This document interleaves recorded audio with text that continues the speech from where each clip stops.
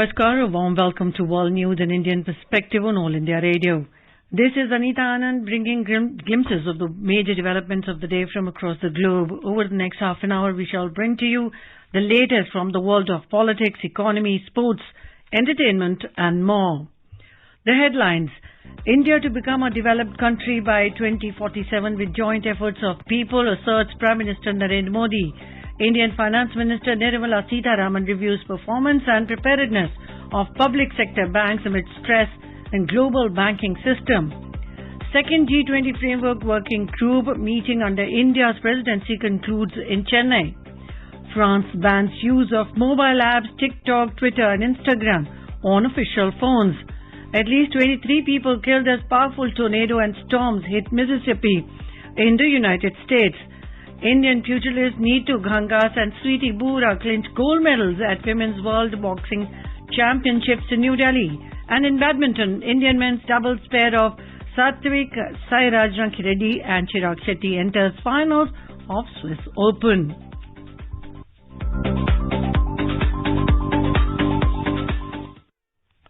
India's Prime Minister Narendra Modi called upon people to contribute towards making the country a developed nation by 2047. Mr. Modi was speaking after inaugurating Sri Madhusudan Sai Institute of Medical Sciences and Research in Karnataka on Saturday. Established by Sri Satya Sai University for Human Excellence, the institute will provide free medical education and offer free medical treatment to the poor. आजादी के अमृत महोत्सव में देश ने विकसित होने का संकल्प लिया है, क्योंकि मैंने कहा है 2047 जब आजादी के 100 साल होंगे तो लोग पूछते हैं कि इतने कम समय में भारत विकसित कैसे बनेगा। इतनी चुनौतियां हैं। इस सवाल का एक ही जवाब है, सशक्त जवाब है, सिद्धियां प्राप्त होने की ताकत वाला जवाब है, और वो जवाब है सबका प्रयास। देशवासी के साझा प्रयासों से ये संभव होकर के ही रहेगा। The Prime Minister highlighted the service deliveries and good governance model of the double-engine governments in the centre and the state. He said the medical infrastructure in the country has improved. Medical colleges have increased from 380 to 650, and 40 among them are in the aspirational districts that are backward in various parameters. साल 2014 में हमारे देश में 380 से भी कम medical college थे, लेकिन आज देश में मेडिकल कॉलेजों की संख्या बढ़कर के 650 से भी अधिक हो गई है। इनमें से 40 मेडिकल कॉलेज एस्पिरेशनल डिस्ट्रिक्ट्स में बने हैं, जो जिले विकास के हर पहलू में पीछे थे, वहां पर मेडिकल कॉलेज बने हैं। Earlier in the day, Mr. Modi inaugurated a new metro line covering 13.71 kilometers built at a cost of around 4,250 crore rupees. Finance Minister of India Nirmala Sitharaman on Saturday chaired a meeting to review the performance and preparedness of the public sector banks, PSBs. The review was based on various financial health parameters and the resilience of PSBs in light of the current global financial scenario emanating from the failure of some international banks in the USA and Europe. During the meeting, Ms. Sitharaman emphasized on the preparedness along with due diligence through adherence to the regulatory framework by focusing on risk management, diversification of deposits and asset base. She underlined that the PSBs must look at the business models closely to identify stress points, including concentration risks and adverse exposures. The Indian Finance Minister has urged the PSBs to use this opportunity to frame detailed crisis management and communication strategies. Ms. Sitharaman also advised the PSBs to aim at increasing brick and mortar banking presence in border and coastal areas. Moving on to our segment G20 in India, here is a desk report. The second G20 Framework Working Group meeting under India's presidency concluded in Chennai on Saturday. The two-day meeting was co-chaired by India's Chief Economic Advisor V. Ananth Nageshwaran and UK's Chief Economic Advisor Claire Lombardelli. Around 87 delegates from G20 member countries, invitees and international organizations attended the meeting. The Framework Working Group focuses on global macroeconomic issues and deliberates on enhancing policy cooperation to achieve strong, sustainable, balanced and inclusive growth. The agenda for the meeting involved discussions on the global economic outlook and risks, with a particular emphasis placed on inflation, macroeconomic implications of food and energy insecurity, climate change and transition policies. During the discussion, members discussed and agreed on the way forward for important deliverables for the year, including those on macroeconomic consequences of food and energy insecurity and climate changes and transition pathways. The discussion on the global economic outlook and risks emphasized the need to continue efforts to manage global inflation and remain vigilant to emerging financial risks. Members also deliberated on how food and energy prices remain elevated in many economies, disproportionately affecting vulnerable countries. The discussion also highlighted the difficult trade-offs countries face as they balance short-term energy security with long-term structural reforms for the transition to cleaner energy, ensuring the availability and accessibility of critical minerals to facilitate a smoother transition, as well as generating domestic savings to meet investment needs and thus boost economic growth for the transition, were also issues that came up for discussion. On the sidelines of the Framework Working Group meeting, a panel discussion on the macroeconomic impacts of climate change and transition pathways was also organized in collaboration with UAE, which will be the presidency of COP28. An outreach program with IIT Chennai and Madras School of Economics was also held in the run-up to the meeting. The Chief Economic Advisor interacted with students and researchers on India and the world economy, mainly focusing on India's G20 presidency. Meanwhile, the second G20 Environment and Climate Sustainability Working Group meeting will be held at Gandhinagar in Gujarat from 27th of this month. The three-day meeting is being hosted by the Ministry of Environment, Forest and Climate Change in collaboration with the Ministry of Jal Shakti. Addressing media in New Delhi, Special Secretary, Department of Water Resources, Debashree Mukherjee said the second working group meeting focuses on water and the issues of water resources management. Second Environment and Climate Sustainability Working Group meeting will be held in Ahmedabad from the 27th to the 29th of March. Environment is a major theme for the G20 deliberations, and it is also a major area of concern. The second group meeting focuses on water and issues of water management. We had asked all the representatives of G20 countries to share best practices on water management. We've got response from 18 countries, and we have already compiled those best practices.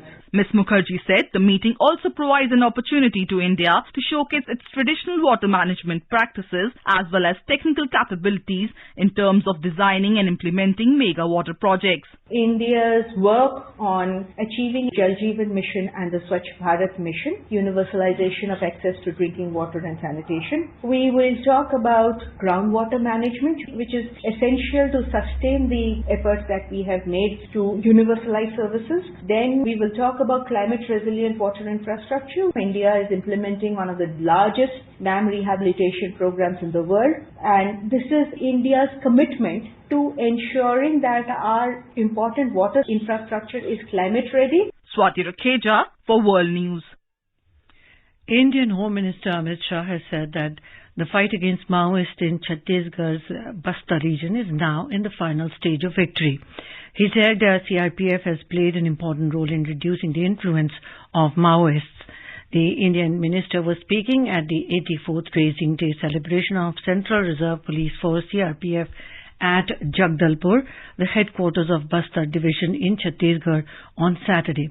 He said that CRPF Jawans risked their lives to bring development to tribals.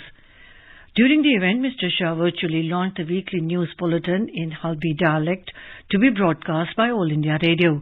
Appreciating the efforts of All India Radio, Mr. Shah said that this not only strengthens local language but also serves news to people of Bastar in their own language.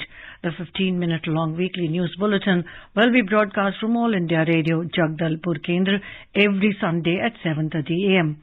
Chief Executive Officer of Prasar Bharati, Gaurav Dwivedi, was also present on the occasion. While talking to media, he said that local languages and dialects prove to be most effective in providing news and other information to people in remote rural areas. In the Indian Union Territory of Jammu and Kashmir, security forces have arrested 2 terrorist associates linked with the proscribed terror outfit Lashkar-e-Taiba in Sumlar area of Bandipora district. Incriminating material and 2 Chinese grenades were also recovered from their possession.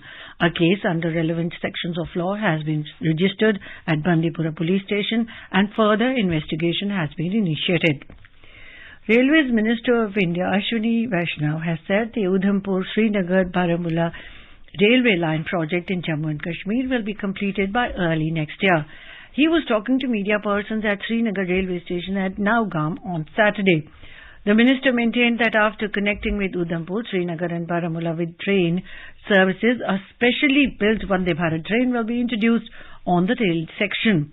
The minister visited Budgaon railway station and inquired about various procedures related to the maintenance of trains. Mr. Vaishnaw also undertook a journey from Budgaon railway station to Baramulla railway station by special inspection car. He made a detailed overview of the safety and security of the railway section and took stock of the passenger amenities at Baramulla railway station. Government of India and State of Manipur has deployed additional security forces along the Indo-Myanmar border. The decision has been taken following reports of clashes between the Myanmar army and the resistant group People's Defence Force on the Myanmar side near the border for the last few days.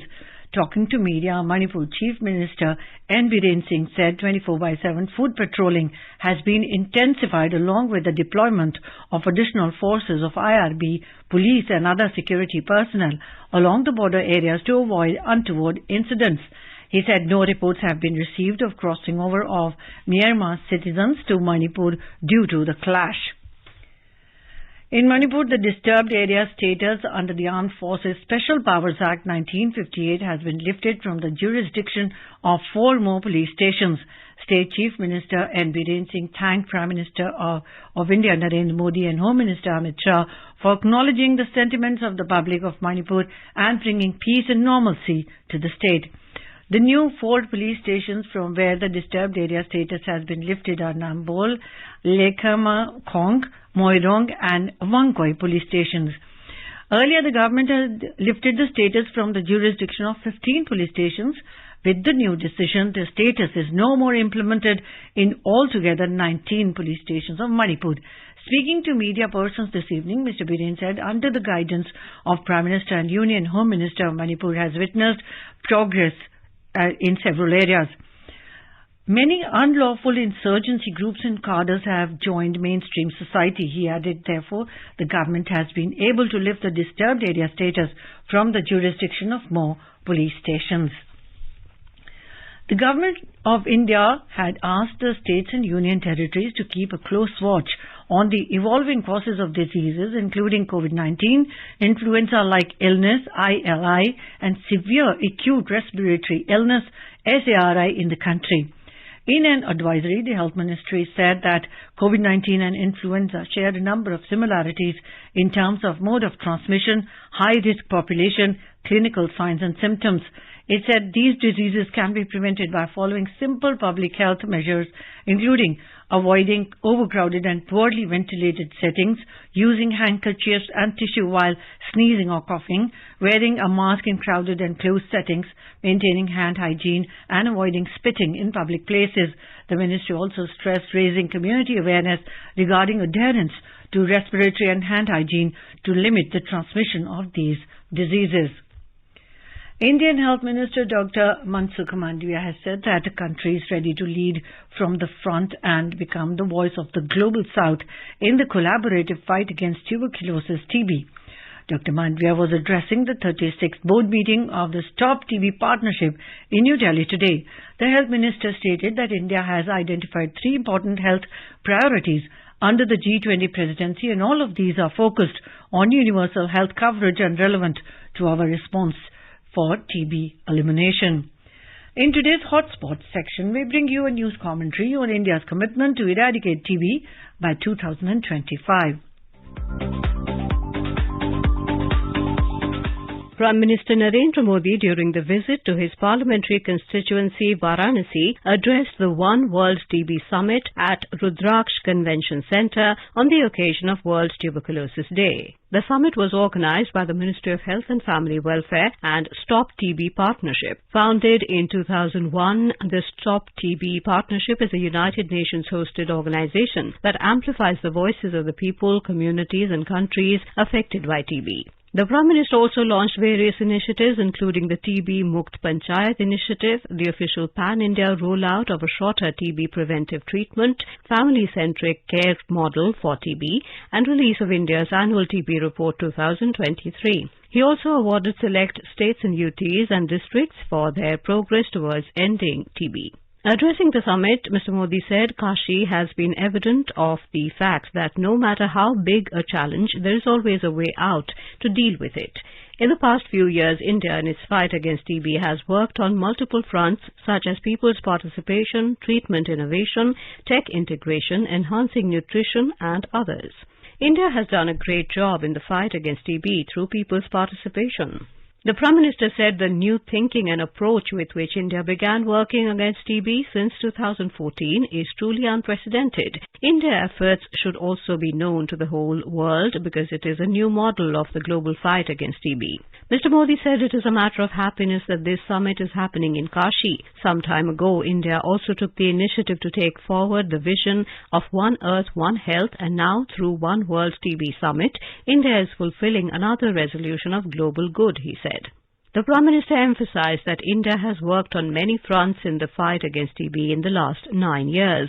He mentioned government campaigns like Fit India, Khelo India and Yoga promoting public participation, special campaigns for nutrition, use of technology in promoting good health. India's robust pharma industry is a big strength to the world's fight against TB. He wished that fruits of each and every endeavour of India, campaign of India, innovation of India reach the whole world. India is committed towards the global good, Mr. Modi remarked. The Prime Minister reiterated that 2030 is the global target to eradicate TB, but India is now working on the target of ending TB by the year 2025. The Nikshay Mitra initiative has greatly helped in the fight against the challenge of TB. The challenge has been nourishment of the TB patients, the nutrition of TB patients. Keeping this in view, we had announced the direct benefit transfer for the TB patients in 2018, Prime Minister Modi said. A resolution was taken by the World Health Organization in 2018 to make the world TB-free by 2030. In this connection, Prime Minister Modi took forward the resolution to make India TB-free by 2025. Today we are near it, said the Chief Minister of Uttar Pradesh, Yogi Adityanath. In March 2018, during the End TB Summit held in New Delhi, the Prime Minister called on India to achieve TB-related SDG targets by 2025, 5 years ahead of the stipulated time. One World TB Summit will provide an opportunity to further deliberate upon the targets as the country moves forward to meet its TB elimination objectives. International delegates from over 30 countries were present at the summit.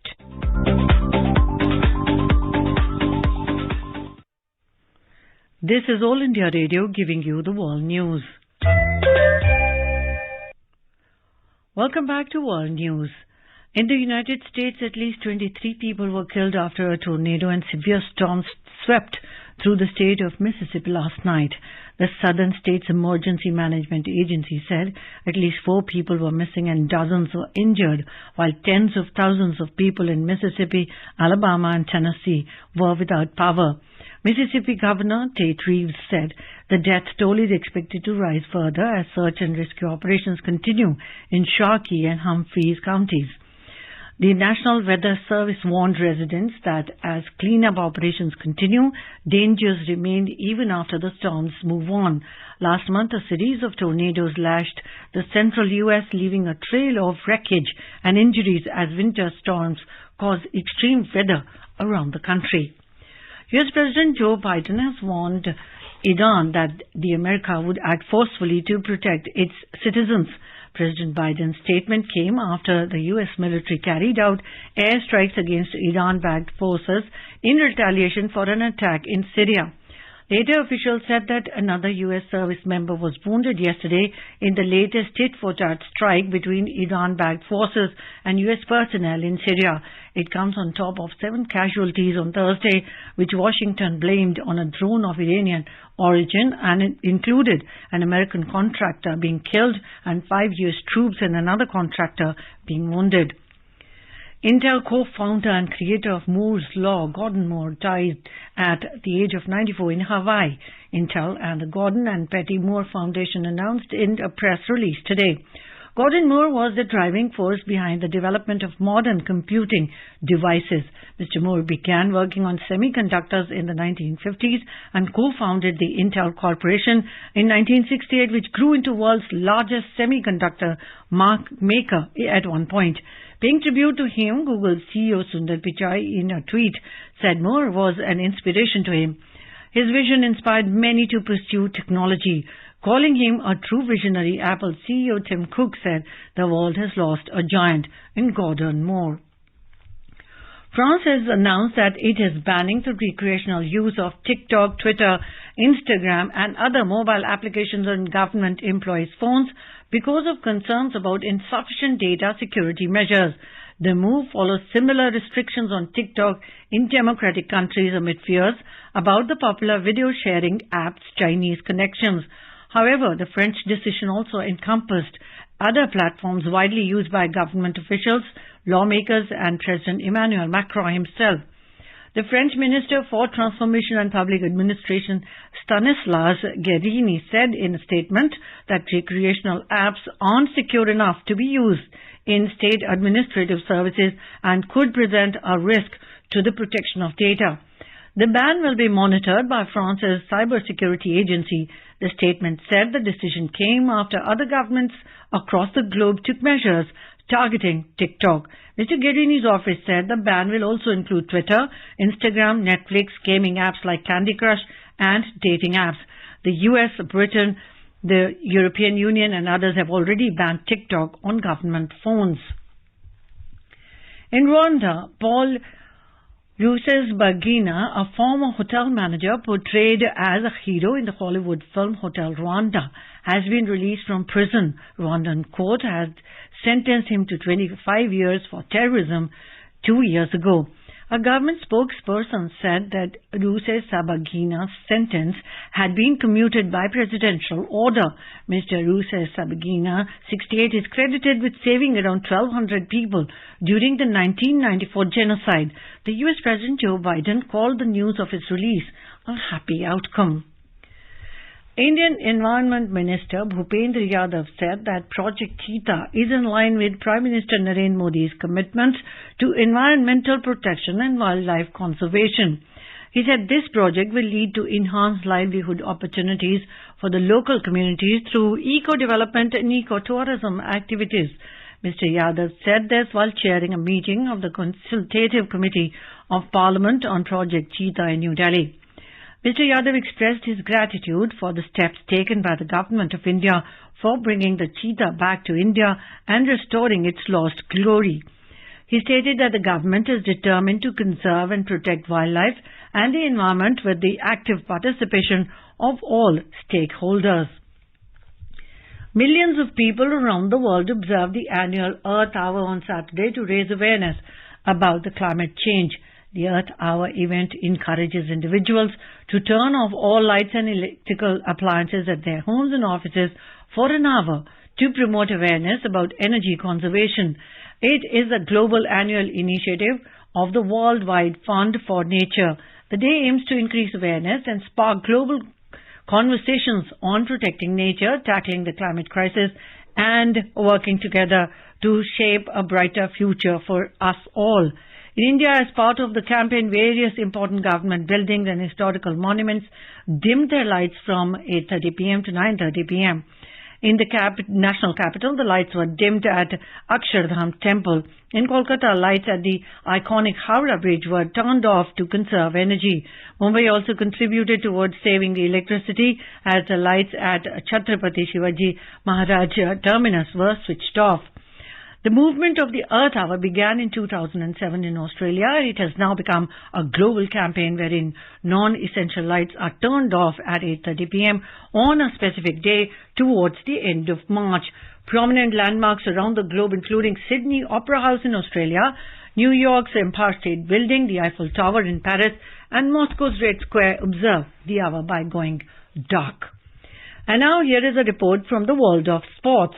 India won 2 gold medals in World Women's Boxing Championship in New Delhi on Saturday. Sweetie Bora clinched the yellow medal by defeating her rival Lina Wong of China by 4-3 in the 81kg category. She became the 7th Indian boxer to win the World Championship. Earlier, Neetu Gangas grabbed the gold in the 48kg category by overpowering Mongolia's Altantsetseg Lutsai-Khan 5-0 via unanimous decision. In badminton, Indian men's doubles pair of Satvik Sairaj Rankireddy and Chirag Shetty cruised into the finals of Swiss Open on Saturday. The Indian duo defeated Malaysian combination of Ong Yu Sin and Teo Yi in the semi-final 21-19, 17-21, 21-17 at Basel. On Friday, the Indian pair overpowered Danish pair of Yep Bay and Lasse Molheed 21-15, 10-21, 15-21 in the quarterfinal. In Women's Premier League cricket, Mumbai Indians will face Delhi Capitals in the summit clash of the tournament in Mumbai tomorrow. Both the teams have recorded heavy wins against each other in the group stage and finished with identical 12 points, with only the net run rate separating them at the top of the table. Delhi Capitals stands at the top with 1.856, while Mumbai Indians with 1.711 hold the second spot. Going by their record at the Brabourne Stadium, Mumbai Indians have the upper hand, having won all 3 games so far, while Delhi Capitals have 2 wins and a loss at the venue. Reshma Tiwari from Sports Desk for World News. And now let's take a look at the major developments around the world as reported in the foreign press. The Guardian writes Tanzania announces outbreak of deadly Marburg virus disease. The Washington Post reports Bolsonaro's return poses risks for the former president and Brazil. The New York Times writes Israel's army fears effect of judicial crisis on battlefield readiness. The Business Recorder writes PTI's Minare-Pakistan rally to break all records, Imran Khan. The Pratham Alo reports 45 shops, houses burnt in Bandarban fire. Wall Street Journal writes Biden, Trudeau tout jobs boost from clean energy chips manufacturing. The Globe and Mail report Mexico's top court freezes electoral reform ahead of lawsuit. Le Monde writes Tunisia criminalizes contacts with Western diplomats.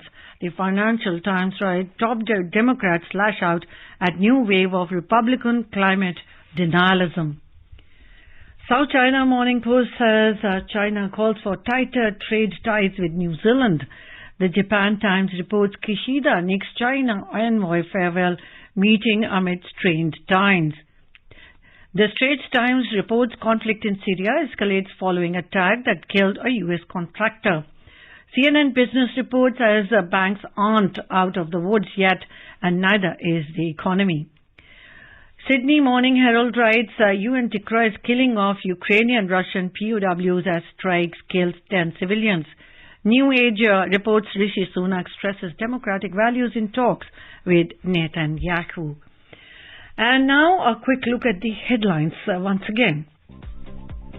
India to become a developed country by 2047 with joint efforts of people, asserts Prime Minister Narendra Modi.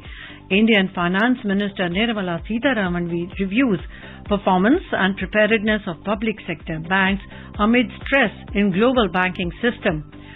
Second G20 Framework Working Group meeting under India's presidency concludes in Chennai. France bans use of mobile apps TikTok, Twitter and Instagram on official phones. At least 23 people killed as powerful tornado and storms hit Mississippi in the United States. Indian pugilist Neetu Gangas and Sweetie Bora clinched gold medals at Women's World Boxing Championships in New Delhi. And in badminton, Indian men's double pair of Satvik Sairaj Rankireddy and Chirag Shetty enters final of Swiss Open. And now, before we end, let us listen to Mahatma Gandhi's favorite bhajan, Vaishnav Jan, by artists from Greece.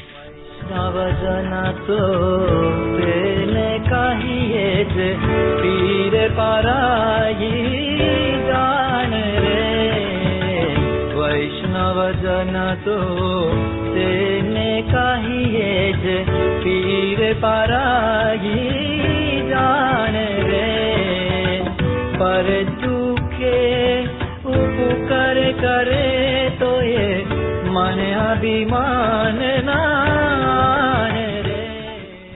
And with that we end this bulletin. We'll be back at the same time tomorrow with the next edition of World News.